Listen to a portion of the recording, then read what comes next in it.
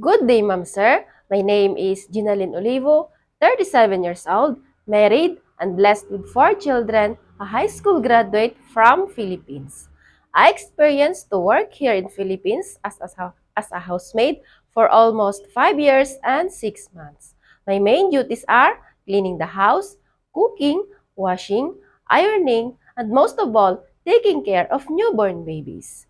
Ma'am, sir, as your domestic servant, I will do my responsible. You can trust to me your house as well as your children, and I love them as my own. To my future employer, you can expect me that I'm a good person, hardworking, trustworthy, kind, honest, and respectful. And I will be patient to you, especially to your children. And I will follow the rules and regulations of your house. Mom, sir, I hope you choose me. Good day and thank you.